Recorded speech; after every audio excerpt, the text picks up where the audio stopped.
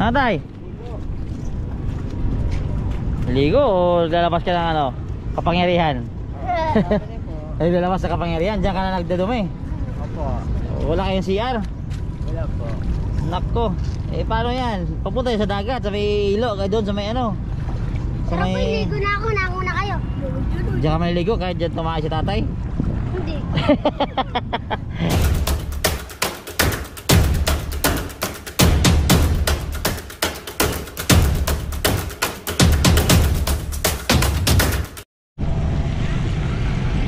Alright, it's a good morning mga kaibigan. It's back.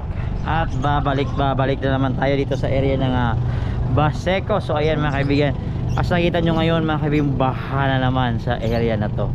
Grabe, all the time talagang laging bumabaha rito.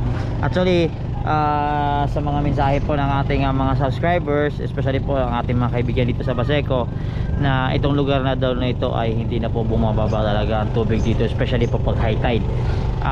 Minsan pag low tide din, eh yung tubig dito eh, hindi naman talaga nauupa, bumabalik pa rin, kaya lagi po nagiging swimming pool tong lugar na to. So anyway mga kaibigan, it's been a while na binalikan natin itong Baseco dahil nga sa tagal din naman ng mga panahon na hindi natin nabisita itong Baseco.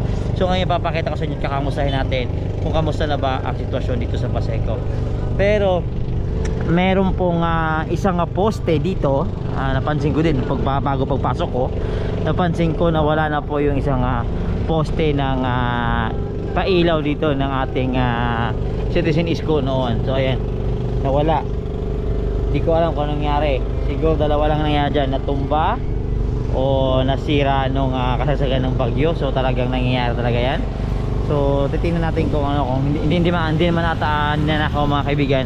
Actually natumba lang siguro, pero yun, hindi ko alam kung saan nilagay, pero wala na ho dyan. Ito ang totoong sitwasyon ngayon dito ngayong oras na ngayong oras na to, mga alas 10 na ng umaga. Ito po sa may Baseco area. So ito po, ayan o, hanggang dito po yung tubig o, malalim din actually. Nakabutas na nga si kuya o.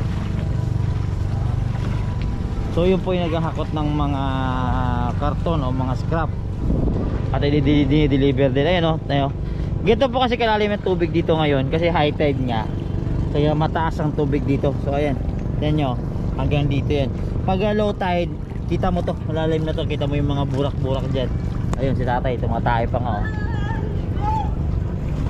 Ayan o.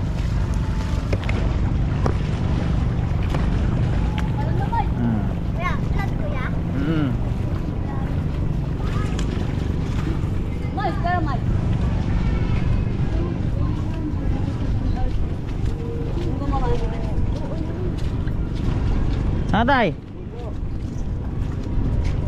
ligo o lalabas ka ng ano? Kapangyarihan? Ay, lalabas sa kapangyarihan, diyan ka na nagdadumi? Opo. Wala kayong CR? Wala po. Nakko, eh paano yan? Papunta yun sa dagat, sa may ilo, doon sa may ano? Sa Pero may... ligo na ako, nauna kayo. Diyan ka maliligo kahit dyan tumakas si tatay? Hindi. Ano yan tay? Tay, lagi ba na nabaha dito tay? Opo. Lagi, oo. Hindi na bumababa. Ano, may butas? Ayan, diyan kayo maliligo, dyan dito mo si tatay. Nanghuli lang kami. Masarap yun, masarap. Nanghuli lang kami ng isda. Ang isda, manghuli kang isda ngayon? Doon sa kasawan. Yan si tatay, ligo din si tatay. Channel Red. Channel Red. Diba si kuya yan eh. Ayaw na ngayon namin kayo ng RC. Hindi. Hindi naman pala yun. Ayan, nabaha oh.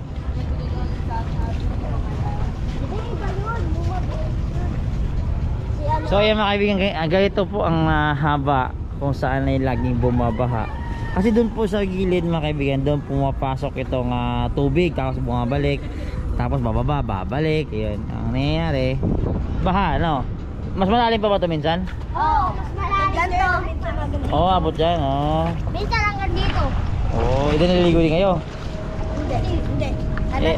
Di masaya ka dyan maligo pag may mga dumi dyan, mga tae. Minsan pupunta kami doon. Saan? Doon may pangka? Oo, ilalim yan. Minsan pag may lumubog na barko, pupunta rin kami doon. Pag lumulubog na barko?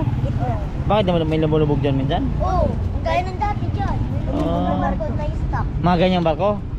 Hindi, o mas malaki pa dyan? Mas malaki pa dyan. Yun o, naligo na o. Yun na ngayon o. Tara na, Mike. Diyan ka naligo tapos diyan pa dumamo si tatay. Maliligo mamaya. Huli lang kami sila. Eh, nakita natin si tatay dumidumi dito sa may ilog. So ang nangyayari, ayan o, yung mga tubig babalik-balik lang o.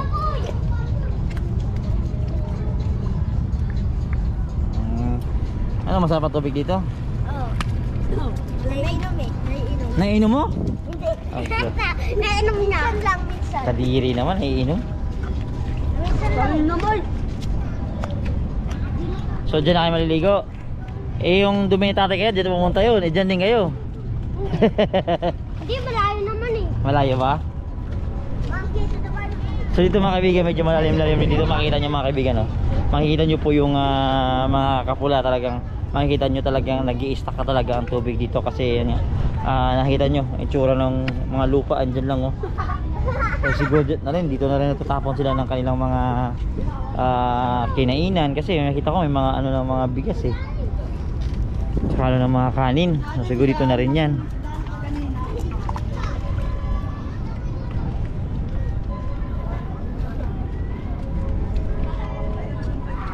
Boy, di ka siya, boy. Dami. So actually mga kaibigan, tinanggal na rin ho ata ang mga bricks dyan. Yung mga bricks dyan, nandyan pa rin. Yung mga bricks na nilagay dati, wala na. Wala rin. Tinanggal, sinimento na. Malalim na dito, boy. May mga borax eh. Burak. Tara, ligo na tayo. Yung mga parang bato-bato, yung dati yung kulay pula. Nalala mo? Red na, no? Oo, wala lang andyan, wala na no. Tinanggal na. Sakit yun eh. Pinalitan ng semento. Ayun po. So ayan, ito yung mga poste na pailaw ni Yorme noon. At napansin niyo mga kaibigan, ewan ko lang kung umiilaw. Umiilaw pa ba to? Umiilaw pa to pag gabi? Wala na? Sira na? Ayun mga kaibigan, so sira na daw ito. So hindi na po yung ilaw pag gabi. Ayan, ito po yung mga water hyacinth ko.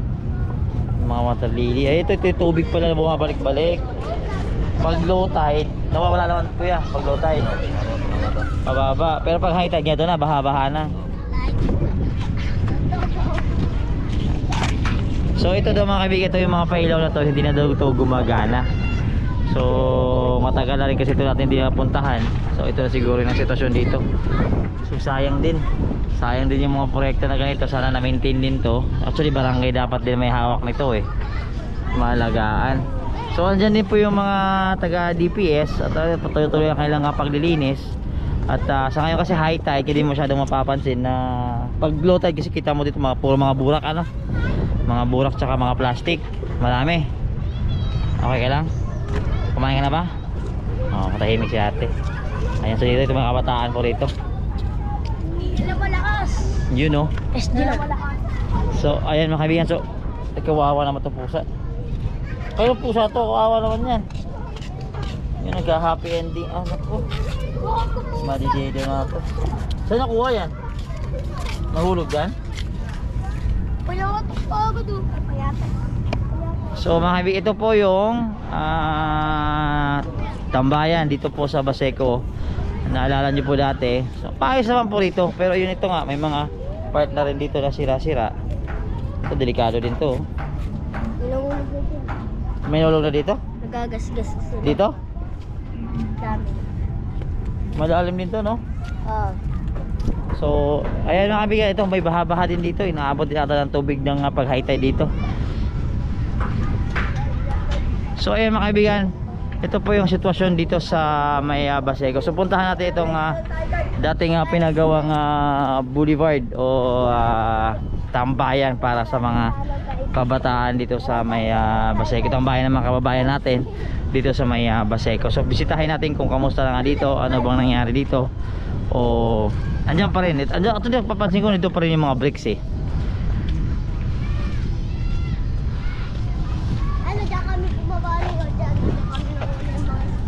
Ayan, so meron pong MRF din dito ng barangay. Ayan, ito oh.